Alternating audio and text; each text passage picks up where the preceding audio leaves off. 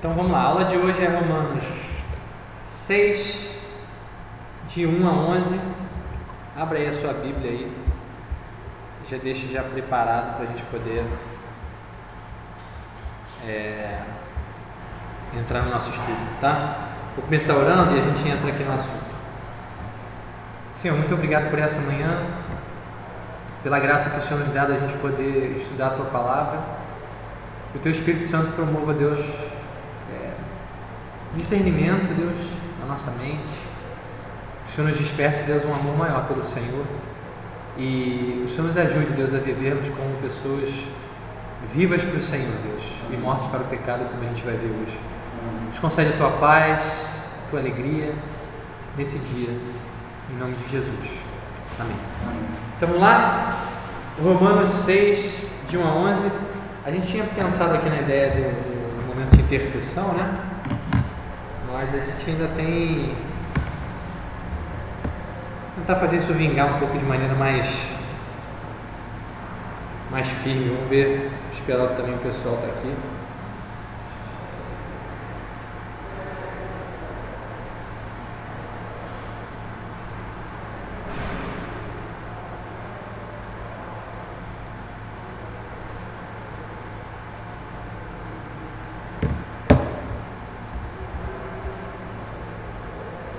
Vamos lá. Romanos 6, de 1 a 11.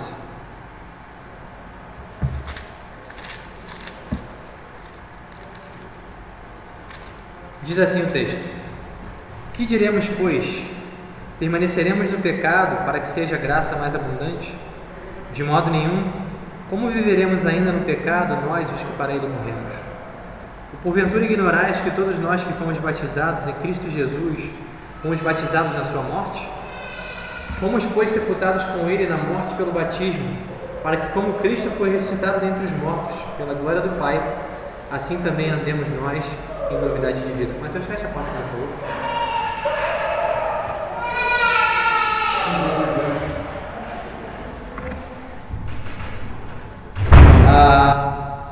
Versículo 5.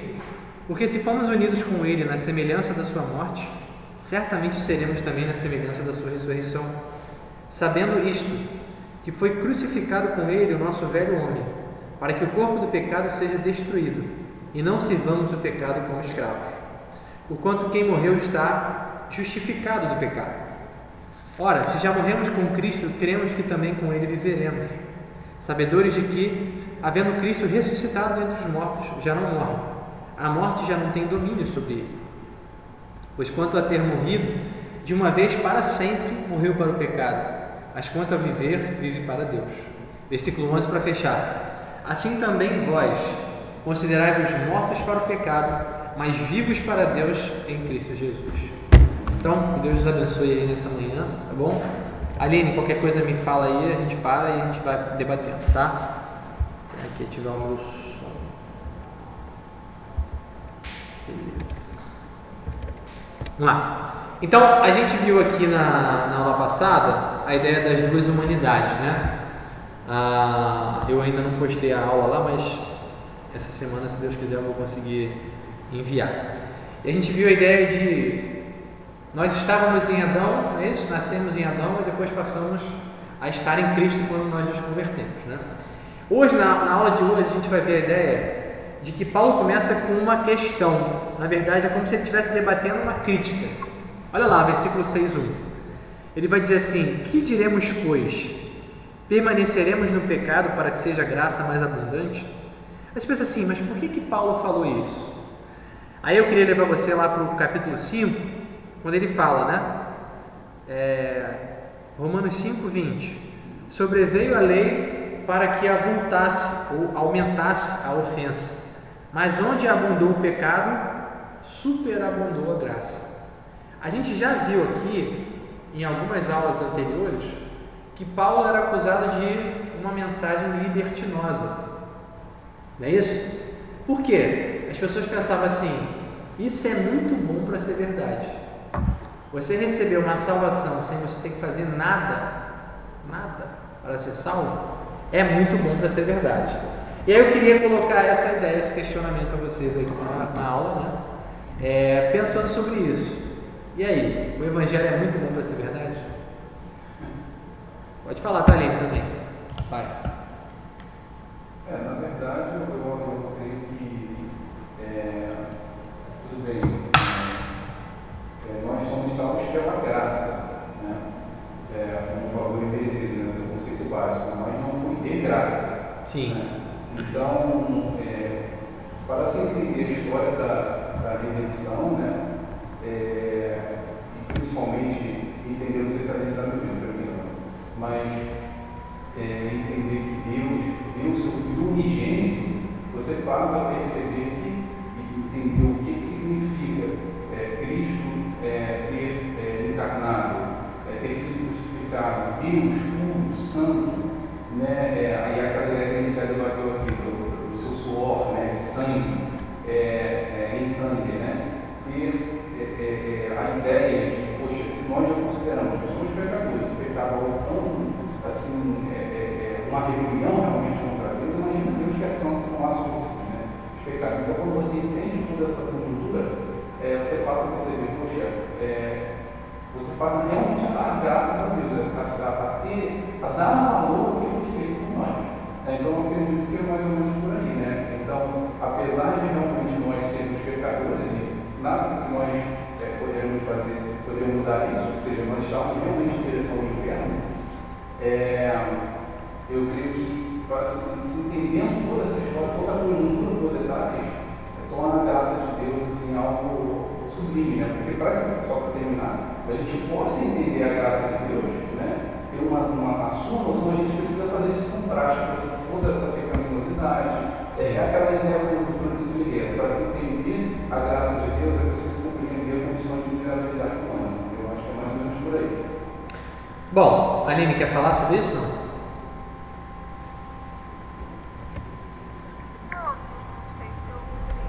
Ela está me escutando? Peraí. Ela está falando aqui, peraí. Fala, Aline.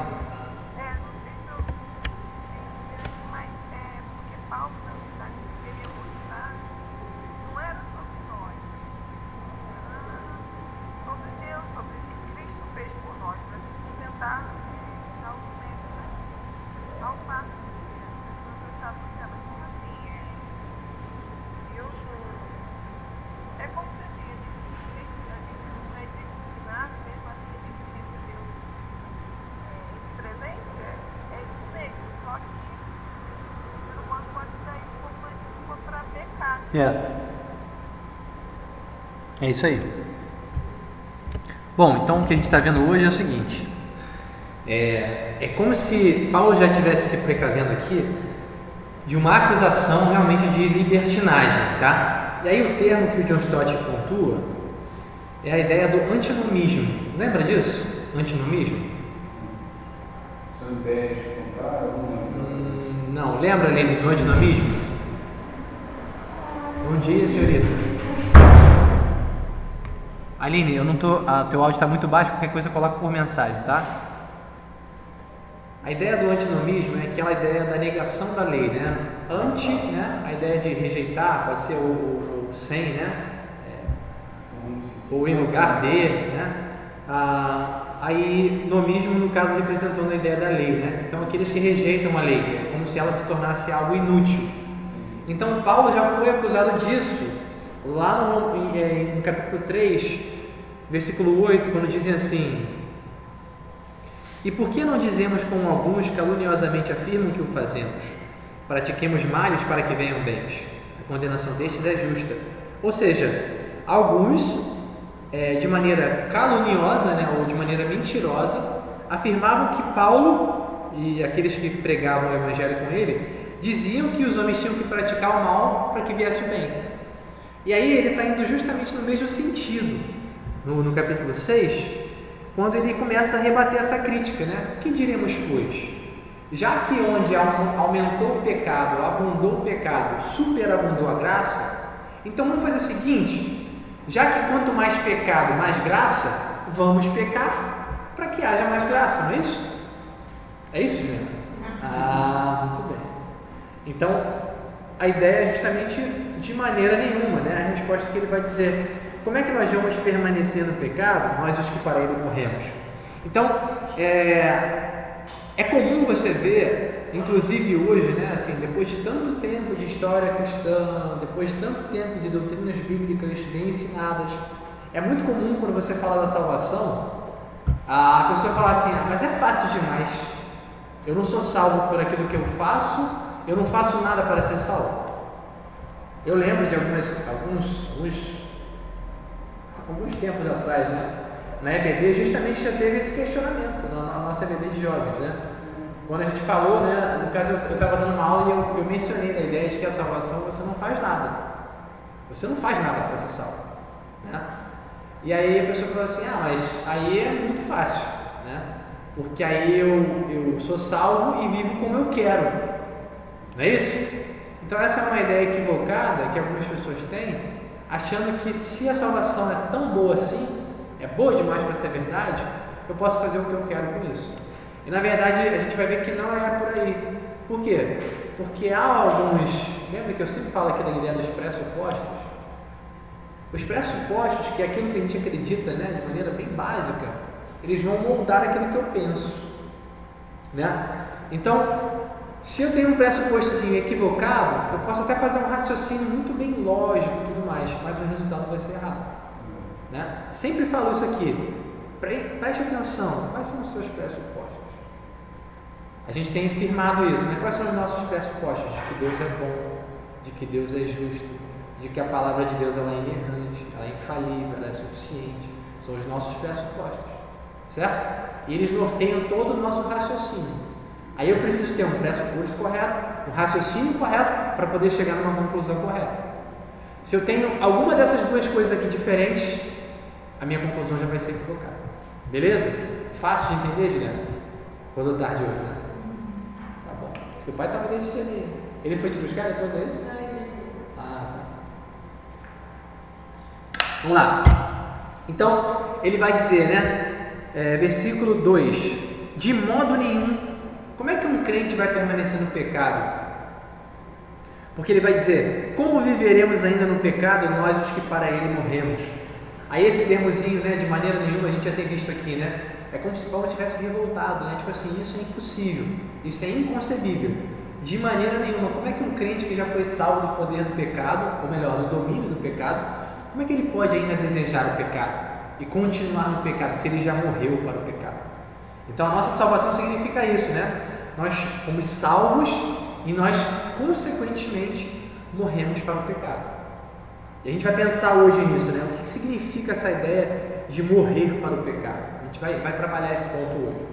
Mas essa conclusão de que, eu fui salvo pela graça, então eu não estou mais debaixo da lei. Lembra daquilo que a gente tem falado aqui, né? Aí a pessoa chega a uma conclusão de que ela pode fazer o que ela quer. Que não precisa, é a ideia do antinomismo, né? Não preciso de lei, não preciso obedecer nada. Eu vivo como eu quero, já fui salvo mesmo, salvação pela graça, eu não faço nada para merecer. Só que a grande questão que ele não prestou atenção é a sua ignorância de alguns fatos. Certo? Quais são os fatos que ele ignora, por exemplo? Uma delas é que nós morremos para o pecado. Não significa que na verdade você foi salvo e é tão bom. Bom dia, jovem. Não é porque a salvação é tão boa e tão gratuita, sem você fazer nada, que você vai viver no pecado. Não é isso? É justamente o que ele vai dizer aqui. Essa conclusão que as pessoas chegam é uma ignorância com relação ao significado do que aconteceu com a gente. O que aconteceu espiritualmente com a gente? Vamos lá, vamos pensar aqui. Quem nós éramos antes da conversão? Vai lá, Juliana, você que é teóloga do dia hoje.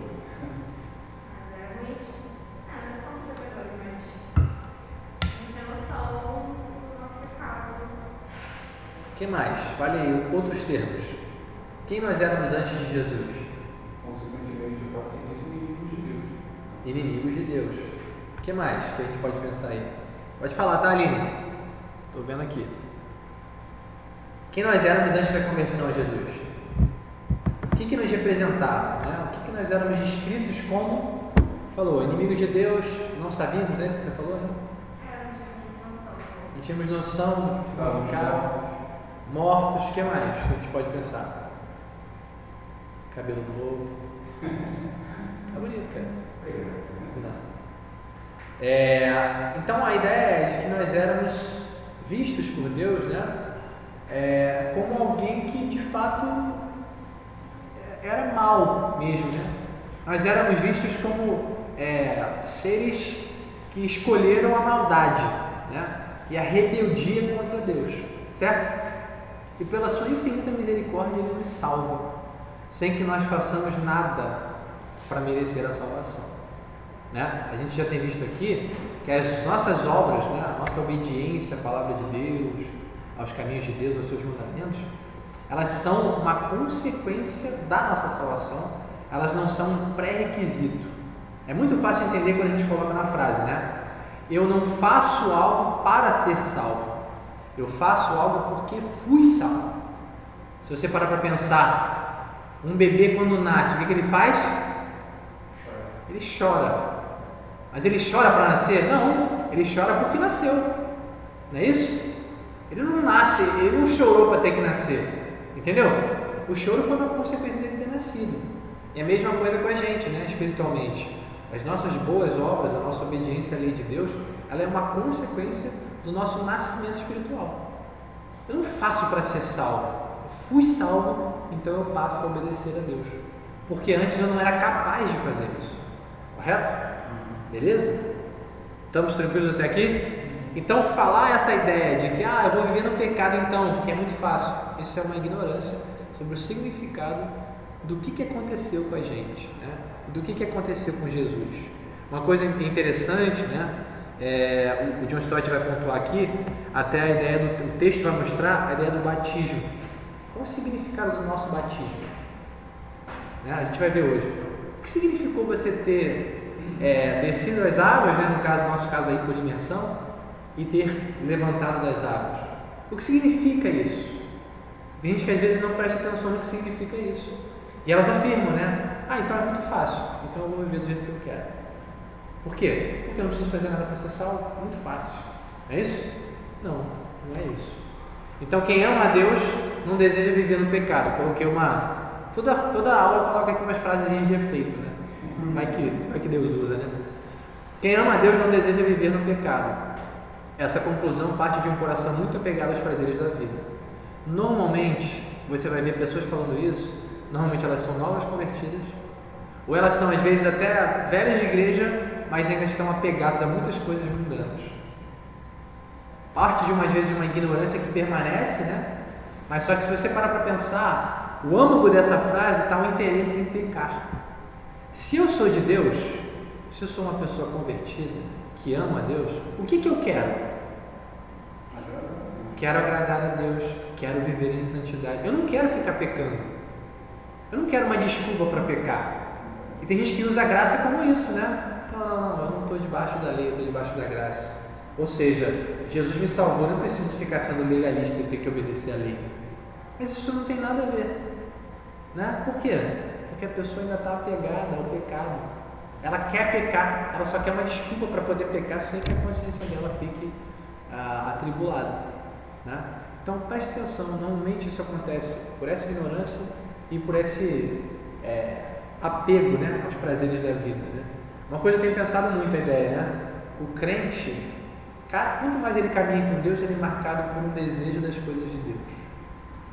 E cada vez mais que eu amadureço na fé cristã, eu vou vendo uma diferença entre quem eu sou e as pessoas que não conhecem a Deus. Então, um crente que amadurece, ele destoa muito das pessoas da sociedade. Por quê? Porque ele vive baseado nos valores eternos. Ele busca coisas eternas. Aquilo que Paulo falou, quando ele fala assim, né? Atentando nós nas coisas que se não veem. Porque as que se veem são temporais, não é isso? E as que não se veem são eternas. Ou seja, a gente caminha olhando para coisas que não se veem. Como? Pela fé. Eu baseio a minha vida, as minhas escolhas, com base naquilo que de fato é espiritual, naquilo que de fato é eterno. Não nas coisas do aqui e o agora, é naquilo que vem. Por isso que eu rejeito uma série de coisas aqui, de prazeres carnais, para que a minha vida possa ser realmente agradável a Deus. Beleza? Firmeza, Dudu? Tranquilo? Está comigo? Está comigo. Então tá. Então nota, ele vai falar a ideia de morrer para o pecado aí. Morrer para o pecado não significa que o crente não está mais debaixo do poder do pecado. Entendeu? Tem gente que tem a ideia de que assim, não, o crente é aquele que não tem mais desejo nenhum de pecar. Já ouviu isso?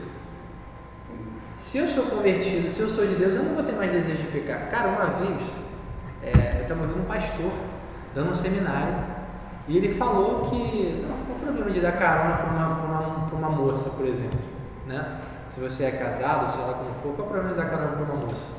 Se eu ando com Deus, eu não vou ter nem desejo de pensar qualquer coisa. Cara, mas não é isso que a Bíblia mostra pra gente. A Bíblia mostra que a natureza pecaminosa ainda está em nós depois da conversão. Que eu tenho sim muito desejo de pecar e muita tendência de fazer aquilo que é ruim. Por quê? Porque a Bíblia mostra pra gente que a ideia de morrer para o pecado não pode ser uma coisa de morrer para o desejo do pecado. Aí você tem na história, já ouviram o nome do John Wesley, não é isso? A igreja metodista, lembra disso, né? Nunca ouviu o John Wesley? Já ouviu esse nome? Tá. John Wesley era um cara fenomenal, né? Ele se converteu e ele foi assim usado por Deus num avivamento muito grande, né? Só que ele era da Inglaterra, né? E ele acabou desenvolvendo um conceito muito problemático para a doutrina cristã, que era o conceito mais ou menos da perfeição cristã, né? Que ele tinha. Ele acreditava que o crente chegava num nível onde ele não pecava mais, certo? Isso é problemático por quê? Porque a gente vê, por exemplo, os exemplos do próprio apóstolo Paulo na Bíblia, até depois de tempo de caminhada dele na fé. A gente vê a história de vários homens de Deus que andam com Deus, são fiéis a Deus, que pecam a vida inteira, que lutam contra o pecado a vida inteira. A gente vê na nossa própria experiência isso. E eu pensar que um crente pode não pecar, assim, definitivamente não ter mais desejo pelo pecado, vai me levar a uma frustração. Por quê? Porque eu olho lá o fulano de tal, eu penso que, cara, aquele cara não peca, né? Aquele cara lá é o santarrão, né? Aí eu olho para a minha vida, caraca, eu peco todo dia. Eu peco em pensamentos, palavras e ações. Não significa que eu peco a todo momento, mas constantemente eu peco. Me arrependo, peço perdão, obedeço a Deus, mas peco, né? Pecado é uma coisa que a gente está muito familiarizado com ele. O que significa isso para a gente? Que nós estamos ainda debaixo do poder do pecado. Só que o que Paulo vai mostrar é que nós não estamos mais dominados por ele. Ou seja, antes de Cristo, o que você fazia? Eu só pecava, né? Quando você pensa no descrente, naquele que não conhece Deus, o que ele faz? Tudo o que ele faz é pecado. Tudo. Já parou para pensar nisso? Tudo que algum descrente faz é pecado. Mas o cara deu esmola, o cara fez isso, fez aquilo. A Bíblia chama de pecado. Porque é uma conclusão lógica. Vocês eram dominados pelo pecado. O que significa isso? O pecado dominava. Paulo vai traçar aqui a figura do Senhor. Senhor sobre o escravo manda. O escravo só faz o que o Senhor manda. Ele não tem direito, ele não tem nada. Entendeu? Ele faz o que o Senhor manda. E aí o que acontece com Jesus? Ele vem e nos liberta do domínio do pecado.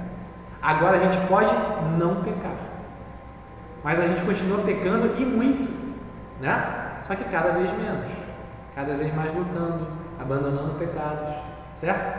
E agora, crentes, a gente tem a possibilidade de não pecar, coisa que o não crente não tem. Correto? Concorda comigo? Pode discordar, a gente pode falar sobre isso também, tá bom? Tranquilo até aqui, Juliana? Tranquilo, Aline? Coloca aí. Beleza. Então a ideia de morte para o pecado é uma questão mais legal. Lembra que a gente tem falado muito sobre isso aqui, né? Paulo ele se utiliza de figuras jurídicas, né? Como se a gente estivesse num tribunal, né? E Deus nos declara justos. Lembra disso? Você então está morto pelo pecado. Mais à frente ele vai usar a ideia de quem morreu está justificado para o pecado. Então o sentido de morto para o pecado é que a culpa que o pecado trazia sobre a sua vida, ele não traz mais. Foi cancelada aquela culpa. Então nesse sentido nós estamos mortos para o pecado. E porque nós estamos legalmente mortos para o pecado, a gente não pode mais viver nele. Certo? Olha para o texto lá, vamos lá. Versículo 3. Ou porventura, ignorais que todos nós que fomos batizados em Cristo Jesus, fomos batizados na sua morte. Fomos, pois, sepultados com ele na morte pelo batismo, para que, como Cristo foi ressuscitado dentre os mortos pela glória do Pai, assim também andemos nós em novidade de vida. Porque se fomos unidos com ele na semelhança da sua morte, também o seremos na semelhança da sua ressurreição. Sabendo isto, que foi crucificado com ele o nosso velho homem, para que o corpo do pecado seja destruído e não sirvamos o pecado como escravo, porquanto quem morreu está justificado do pecado. Pensa comigo aí, Paulo começa a usar a figura do batismo, tá? Batismo aqui é a ideia física mesmo, tá? A ideia de descer as águas, tá? Mas pensa comigo, todo mundo aqui é batizado, né? Todo mundo é batizado, não é isso? Você já se batizou? Né? Sim. Ah, muito bem. Foi engraçado. Foi engraçado? Depois você coloca no grupo, a gente ri no grupo. Para dar um movimento lá, que o grupo tá muito quieto, ninguém fala nada, indireta aí, indireta. Mas tudo bem. Vamos falar, gente. Juliana, para de ser tímido, tá? Fale. O que significa o batismo? Batismo mesmo, né, Zago? O que significa? Vai lá. É um gesto simbólico, da nossa fé em Cristo, no sentido agora, se for por imersão, né? O batismo por expressão física significa desse simbolismo público, o sepultamento, da velha criatura, né, para que essa viva em novidade de vida de acordo com os princípios que estão nesse texto. Beleza, então o Mateus usou aqui a ideia do símbolo. Né? O que é o símbolo? Ele é como se fosse uma figura que aponta para uma realidade. Qual é essa realidade? Nossa conversão, né? Nossa salvação, aquilo que aconteceu de maneira que ninguém consegue ver.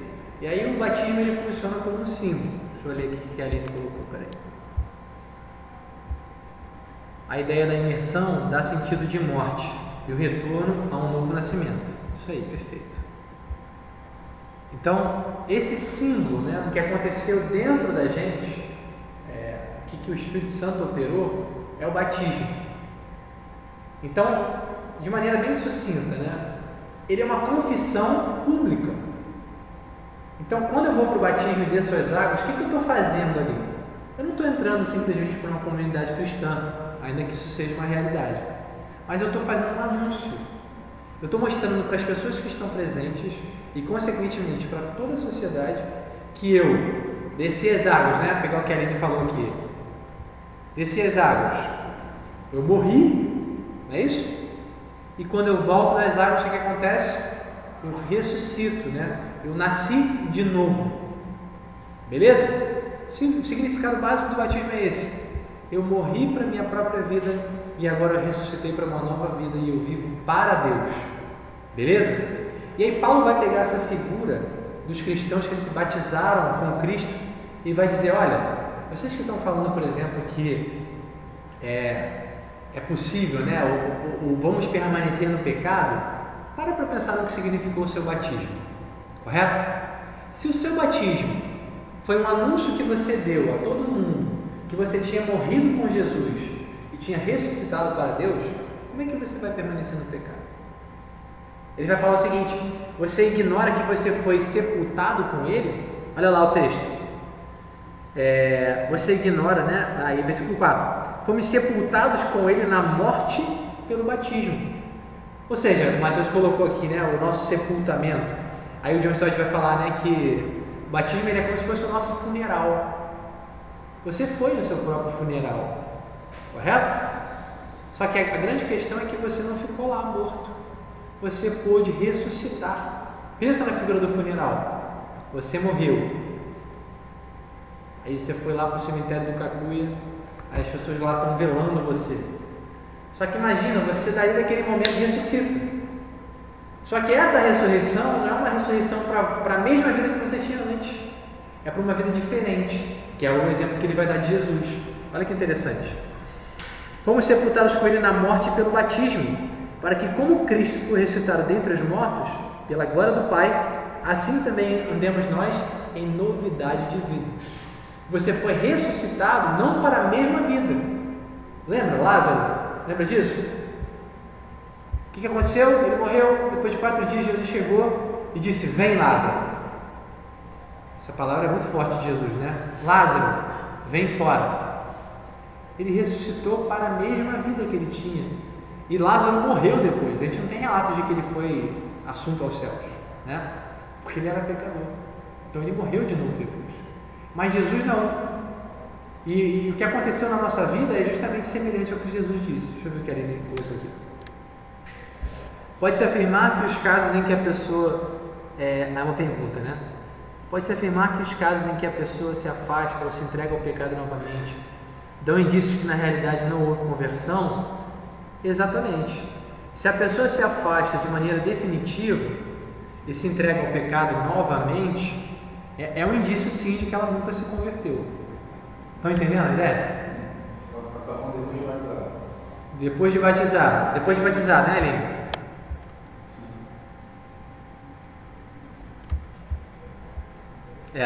Depois de batizar. A pessoa se batizou, aquilo ali foi um anúncio público, mas ela depois se afasta, vai para longe de Deus, esquece de Deus, quer andar no pecado. Isso provavelmente é um indício de que ela nunca se converteu de verdade. Isso é bem básico, né? Exatamente, o batismo não garante salvação. Então Paulo não está tratando aqui como sendo a ideia da salvação pelo batismo, ele não está falando isso. Ele está mostrando, olha só, você que se converteu e se batizou, o batismo ele pressupõe essa fé, entendeu? Então você que se converteu e se batizou, você esqueceu do que significou aquilo que você fez? Você disse para todo mundo que você morreu e ressuscitou para uma nova vida, não para a vida anterior, para uma novidade de vida. Por isso que a vida depois da conversão, ela tem que ser diferente do que eu vivia antes. Se eu simplesmente entro na igreja, mas o palavrão não saiu da minha boca, mas os meus olhos ainda encontram, por exemplo, imoralidade sexual, olhar para a mulher dos outros, entendeu? Uma série de coisas assim, significa que essa novidade de vida ainda não está em mim. E eu preciso atentar para essas coisas. Por quê? Porque o meu batismo significou a morte para mim mesmo e o início de uma nova vida, diferente daquela vida anterior que eu tinha antes da minha conversão a Cristo. Beleza? Certo? Então vamos lá. Fomos sepultados, né? Para uma nova vida. A gente, uma coisa que o John Stott colocou, né? Por isso que a gente só batiza pessoas convertidas. Não tem como você forçar alguém a se batizar. Tem gente que às vezes está na igreja, aí o fulano lá está lá assim, você tem que se batizar, você tem que se batizar. Mas às vezes o cara nem se converteu. Por que ele tem que se batizar? Quem tem que se batizar é aquele que tem a convicção de que ele anda em novidade de vida. E isso deve ser para a gente uma espécie de senso crítico, entendeu? Às vezes a gente tem a tendência muito feia de aplaudir as pessoas que levantam a mão no culto como se elas fossem convertidas. E às vezes isso está completamente equivocado. Às vezes é um primeiro momento que ela teve, ela se emocionou, levantou a mão. Às vezes ela está basicamente conhecendo, querendo, né, se entregar para Deus, mas ela não é convertida. A gente não tem que ter essa ansiedade de declarar alguém salvo, entendeu? Até porque a gente nem pode declarar alguém salvo, né? Isso é obra do Espírito, não é isso? Lembra aquilo que Paulo falou, acho que para Timóteo, né? Não imponhas, a ninguém imponhas precipitadamente as mãos. A ideia de impor as mãos ali é concordar, abençoar, né? A gente tem que ter prudência, cautela.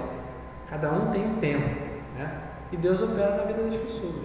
E tem gente que vem à igreja e não se converte, certo? E a gente tem que tomar cuidado com essas pessoas, tá? O texto vai dizer aí que nós fomos unidos com Cristo. A nossa fé nos uniu de tal forma a Ele que nós morremos com Ele e também ressuscitamos com Ele. Abre aí rapidinho em Colossenses 3, para a gente olhar essa figura aí. Colossenses 3. Juliana, cadê a Mariana, sua amiga? É sua amiga? Ah, legal.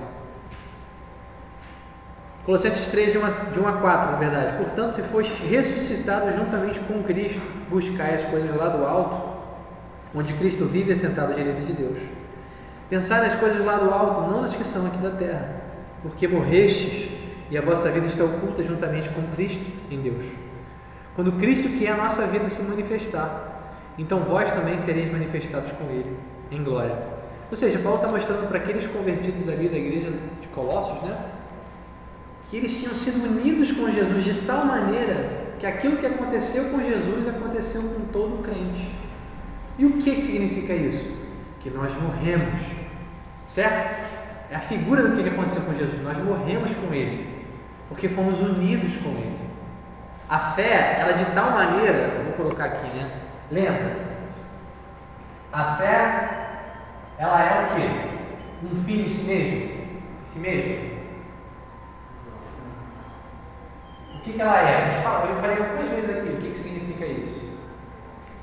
Ela é o quê? Dá uma figura aí para a fé. O que significa a fé? Ela é uma forma segundo a qual nós conseguimos acreditar nas coisas de Deus. Uma forma através da qual? Eu falei que a fé ela é como se fosse uma espécie de ponte, lembra disso? Lembrou, Juliana? Como se fosse um braço. Deixa eu ver o que é ali. A fé em Cristo Jesus. Mas o que significa essa fé? É isso que eu estou querendo dizer. A fé ela não é um fim em si mesmo, ou seja, ela é como se fosse um braço. O braço. Isso. Gostou do braço? Não, né? E o que a fé alcança?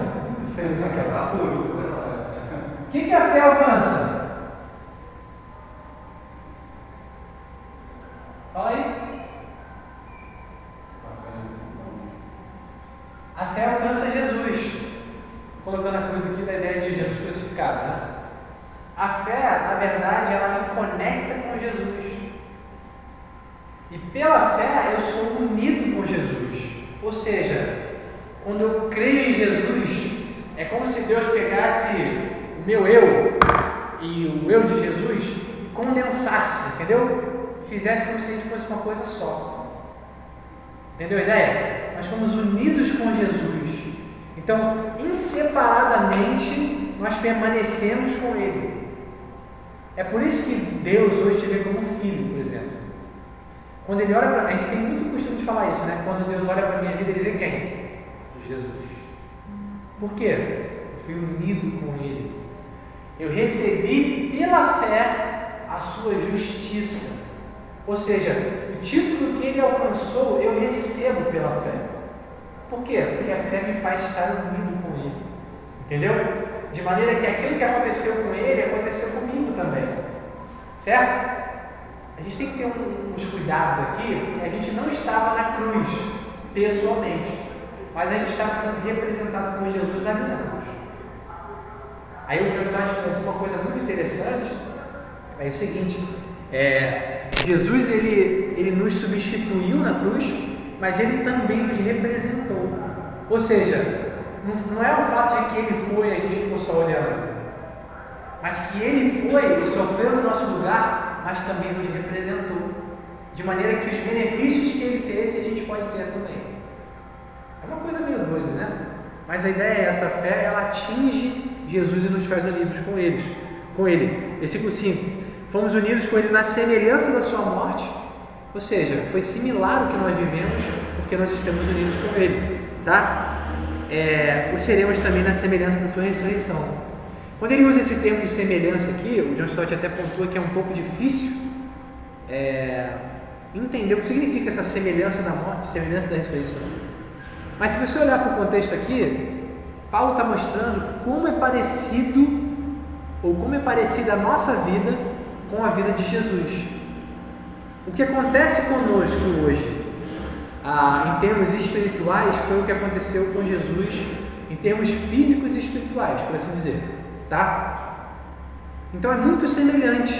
E Paulo está mostrando para a gente, olha, assim como Jesus morreu, você também morreu.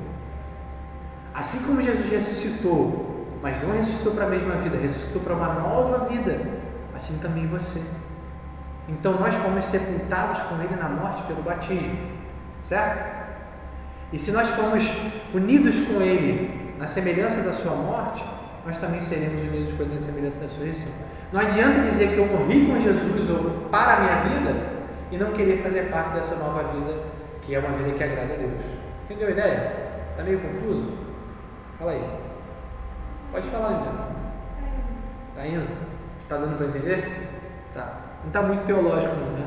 Só um pouco, né? Bom, então vamos nessa. Assim também andemos nós em novidade de vida. Isso nos mostra que a nossa vida é em tudo, né? Morte e ressurreição, semelhante a Jesus. Certo? O que aconteceu com Jesus acontece conosco. E aí você pensa assim, o texto vai dizer, versículo 6, sabendo isto que foi crucificado com ele o nosso velho homem, para que o corpo do pecado seja destruído, e não servamos o pecado como escravos. Aí você pensa assim, tá vendo? Tá vendo? Eu tenho que morrer mesmo, fisicamente, me dá chibatada, porque o corpo do pecado tem que ser destruído, não é isso? O que você acha, Eduardo? Muito interessante assim, mas eu não vejo muita necessidade. A matéria é má ou não? Caramba, cara, boa pergunta. Bom ponto, eu nunca realmente parei pra pensar antes, né? Você já está na faculdade, Juliana? Você já ouviu lá de que a matéria é má ou ainda não? Você faz faculdade de quê? Relações Internacionais. É outro nível, né? Outro patamar. E aí, a matéria é má ou não é má? O que você pensa sobre isso? O pecado infestou de tal forma a gente que fez com que o nosso corpo virasse uma matéria má, de maneira que não dá para ter nenhum prazer carnal, porque tudo é mal. O que você pensa sobre isso? Eu acho que depende. Depende. Então você é do relativismo, né? Não, porque o que eu penso é que não necessariamente, porém, devido a certas escolhas que nós podemos fazer, o nosso corpo pode reagir de certa maneira. Então, se a gente usa uma droga, a gente pode ser levado ao vício. E isso em si é mal. Então, o vício é mal. Você fala todo prazer carnal? Todo prazer carnal. Deus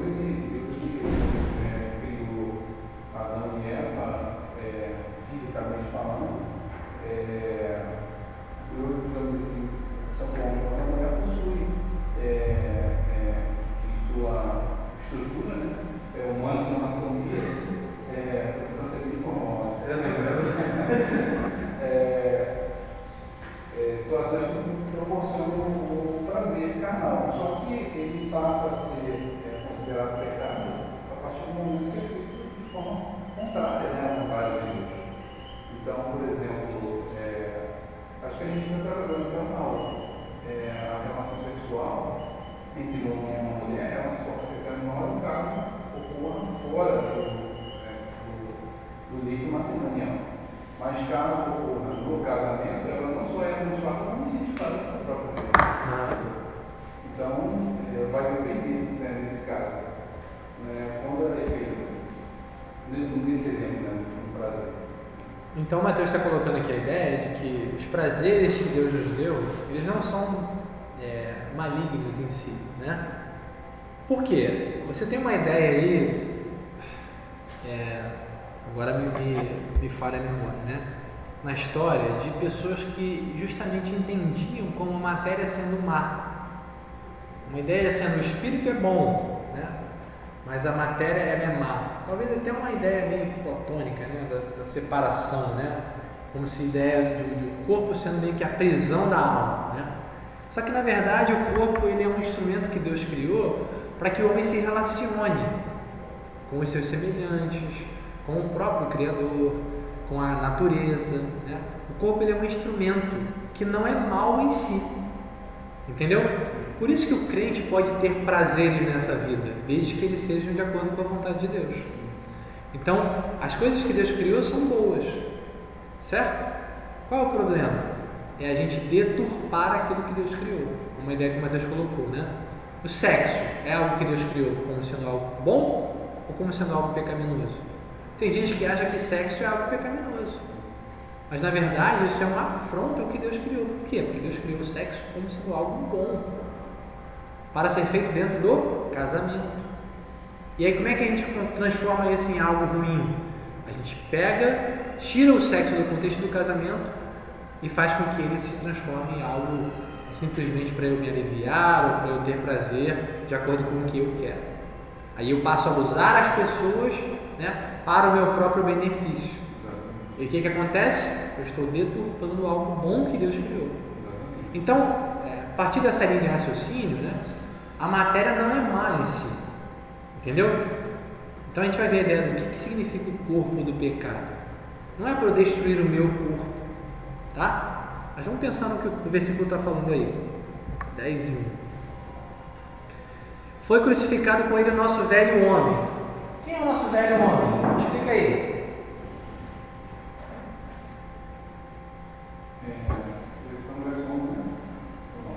Não. Verso 6.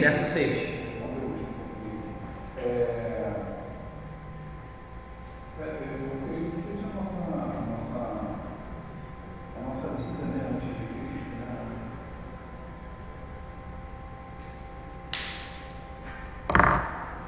Antes do alcance de Deus, O John Stott pontua a ideia do eu anterior, né? Não é para que o nosso corpo seja destruído porque nós somos pecadores. A pessoa pensa assim, tá vendo? A nossa natureza pecaminosa foi destruída. Acho que tem até uma versão aí que fala essa ideia, né? Que a nossa velha natureza seja destruída. Só que a nossa natureza, ela ainda é pecaminosa, certo? Então a gente tem que pensar que foi crucificado com Jesus o quê? A nossa natureza pecaminosa? Claro que não, porque depois que eu me converto eu continuo tendo a mesma natureza pecaminosa. Então quem foi crucificado como Cristo? O nosso velho homem. Aí a tradução do John Stott é o nosso eu anterior. Aquela pessoa que eu era antes de me converter morreu com Jesus. É a mesma coisa. Por ser crucificado e morrer são sinônimos, tá? Então aquela pessoa que eu era antes morreu com Jesus. Foi crucificado com Jesus. E é muito interessante, esse conceito me ajuda muito a viver uma vida que agrada a Deus. Volta e meia eu estou assim nas minhas andanças aí, né? Pela ideia do governador, né? Minhas andanças pela vida. E aí me vem vários pensamentos de coisas que eu vivi, relacionamentos, escolhas, sabe? Maneira de pensar que eu tinha antes. E aí o Espírito Santo me traz a memória de que aquele velho homem que fez isso, que pensou isso, que desejava isso, morreu. Aí eu renovo a minha mente diante desse entendimento e eu me lembro que assim, aquele velho homem foi crucificado com Jesus. Não existe mais. Ele morreu. Certo? Tem uma frase, se não me engano, que é Martinho Lutero, né? Que acho que fala assim, quando eu me converti, ou quando eu me batizei, achei que eu tinha matado o meu velho homem, né? É alguma coisa assim. Mas aí eu descobri que o filho da mãe sabia nadar. Entendeu? Só que o interessante, assim, essa frase é muito interessante por um lado, mas perigosa por outro. Por quê? O velho homem não volta mais. Uma vez convertidos a Jesus, uma vez salvos por Jesus, o velho homem não volta mais. Os desejos permanecem, ou seja, a velha natureza permanece. A natureza pecaminosa, ela permanece. Mas o velho homem não volta mais. Ele não sabe nadar. Ele morreu. Entendeu? Então a gente precisa atentar para isso. Para quê? Foi crucificado com ele para que o corpo do pecado seja destruído. Aí, corpo do pecado não pode significar a minha natureza pecaminosa. Certo? Aí ele vai dizer que o eu pecaminoso que precisa ser destruído. Vou falar melhor, acho que eu falei errado. A ideia é, o velho homem foi morto, certo? Agora, o corpo do pecado, aqui eu tenho uma ideia do que ele coloca do eu pecaminoso, tá? Vou colocar aqui. Eu pecaminoso. Aí sim a gente pode entender como a nossa natureza pecaminosa, tá? Acho que eu falei até errado. A nossa natureza pecaminosa, a partir do entendimento de que o nosso velho homem já morreu, ela precisa ser destruída. Aí o João faz a ideia de derrotada. Nós precisamos derrotar a nossa natureza pecaminosa dia a dia. Olha para o texto. Foi crucificado com ele o nosso velho homem para que o corpo do pecado seja destruído e não servamos o pecado como escravos. Ou seja, a partir do momento que eu morri com Jesus e ressuscito por uma nova vida, eu começo agora a derrotar a minha natureza pecaminosa. Ela não me domina mais, como ela dominava antes da minha conversão. A ideia de que o não crente ele só peca, né? A natureza pecaminosa, o meu eu pecaminoso dominava, certo? Nós éramos dominados por um Senhor, aí pense na ideia daquele que manda, né? Chamado pecado. Nós éramos dominados por ele. E o que acontece agora? Uma vez mortos, a gente não está mais dominado. Acabou. É como se você virasse para o pecado e falasse assim: olha, pecado, você não manda mais em mim. Eu agora posso fazer o que você quer, mas isso não vai ser mais uma coisa constante na minha vida, porque eu também posso e tenho poder para te derrotar dia a dia. Entendeu a ideia? É aquela ideia que o Augusto coloca, o pecado na vida do crente passa a ser um acidente, e não uma regra. Exatamente, o pecado passa a ser um acidente. Se você peca a todo instante, a todo momento, tem alguma coisa errada. É o que ele coloca também, né? Então, a gente precisa ter essa ideia. Acho que alguém colocou alguma coisa. Peraí.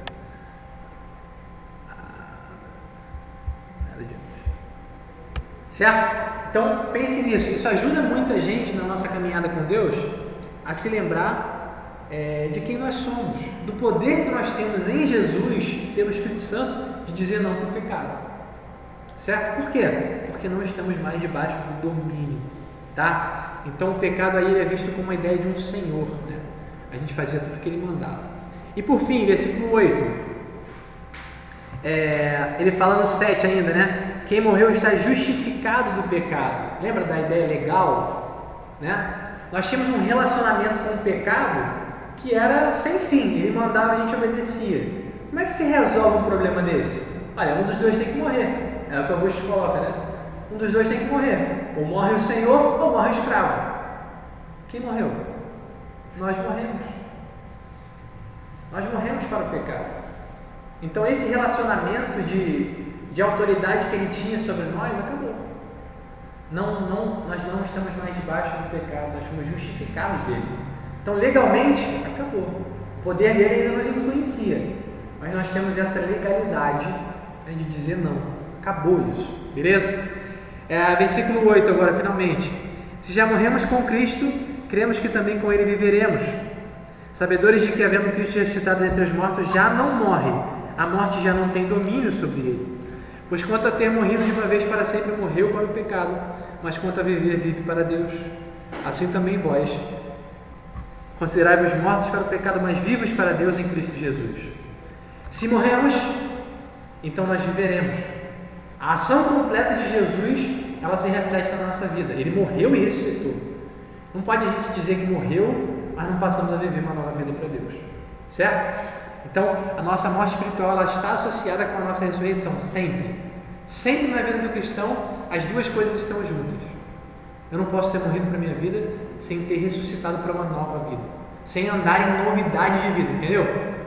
Não tem como. A ideia da ressurreição é essa, novidade de vida. A tradução prática na nossa vida do significado de termos sido ressuscitados com Jesus é que nós andamos em novidade de vida. Simples. Você ressuscitou com Jesus? Se alguém te perguntar, Juliana, você ressuscitou com Jesus? O que você vai falar? Sim. Mas como assim você ressuscitou com Jesus? O que significa isso para você? Aí você vai falar que eu ando em novidade de vida. Certo? Não é isso? Por quê? Porque eu morri, mas não fiquei na morte. Eu ressuscitei. Isso significa andar em novidade de vida. É uma coisa simples, mas confunde um pouco porque Paulo está fazendo a figura da gente com Jesus, certo? Beleza? E esses dois eventos, né, a morte e a ressurreição, são uma realidade definitiva. Ou seja, não dá mais para morrer. O exemplo de Jesus que ele coloca, né? Jesus, ele já não morre mais. A morte já não tem mais domínio sobre ele. Ou seja, aí o John Stott pontua que Jesus ele ressuscita para um novo plano de existência. O que significa isso?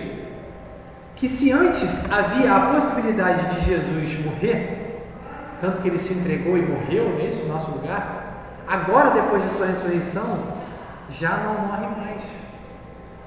É um outro tipo de vida, que já não tem mais nenhum domínio da morte. A morte não tem mais direito nenhum sobre ninguém, que já morreu e ressuscitou dessa forma. Quanto a viver, o que acontece que o texto vai dizer? Ele vive para Deus. Havendo Cristo ressuscitado entre os mortos, já não morre, a morte já não tem domínio sobre ele. Pois quanto a ter morrido de uma vez, para sempre morreu para o pecado. É uma figura. Não quer dizer que Jesus ele estava debaixo do poder do pecado. Não é isso. Mas é uma figura que nos atinge. Paulo está mostrando, lembra? A semelhança do que acontece com Jesus acontece conosco. Paulo está mostrando, olha, está vendo como é que Jesus morreu de uma vez por todas? Assim aquele que se converte a ele e é crente de verdade, também morre de uma vez por todas para o pecado. Certo? Mas quanto a viver, o que acontece? Ele vive para Deus. É a mesma coisa que tem que ser na nossa vida. Se eu entendi que eu fui unido com Jesus, batizado, isso significou a minha morte e o início de uma nova vida com Deus, o que eu tenho que fazer? Eu preciso me considerar como tal. É o desfecho da nossa aula de hoje, né? Versículo 11. Assim também vós considerai-vos mortos para o pecado, mas vivos para Deus em Cristo Jesus. E aí a ideia que o John Stott pontua não é um faz de conta aqui, não é você assim, eu vou me considerar morto, mas na verdade eu não estou morto, tá vendo como é que eu peco? Não, você de fato está morto para o pecado, legalmente morto.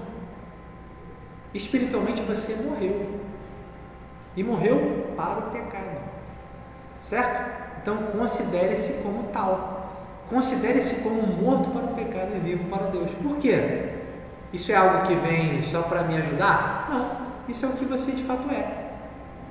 Por exemplo, pode alguém casado se considerar solteiro? Até pode. Só que isso é uma tolice, porque ele não é solteiro. Entendeu? Pode uma criança se considerar idosa? Ela até pode, mas isso é uma tolice, porque ela é uma criança. Ela tem que se considerar o que ela é. E assim também nós devemos nos considerar o que realmente somos. E o que somos? Mortos para o pecado, nós morremos. Então eu vivo uma vida que agrada a Deus porque eu sou uma pessoa que se converteu, porque eu sou uma nova pessoa, entendeu? Eu vivo em novidade de vida porque eu já morri.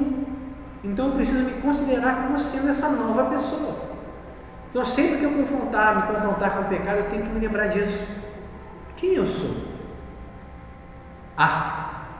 Eu sou filho de Deus. Então eu me considero como tal. E o que o filho de Deus faz? Ele vive uma nova vida. Ele não vive mais como ele vivia antes. Agora ele vive uma vida de obediência a Deus. Então considere-se como filho de Deus. Beleza? Eu ia ler uma historinha, cara. Depois se eu conseguir eu coloco lá no grupo, mas vai ficar muito extenso aqui, não vou ler. A história do João da Silva. São 10 e 14, o culto é 10 e 15. Não vou avançar, tá bom? Então a ideia é essa. Você morreu com Jesus? Viva em novidade de vida. Por quê? Porque a sua morte está totalmente associada com a sua ressurreição. Você não é mais aquela pessoa. Uma vez tendo se entregado a Jesus, você é uma nova criatura.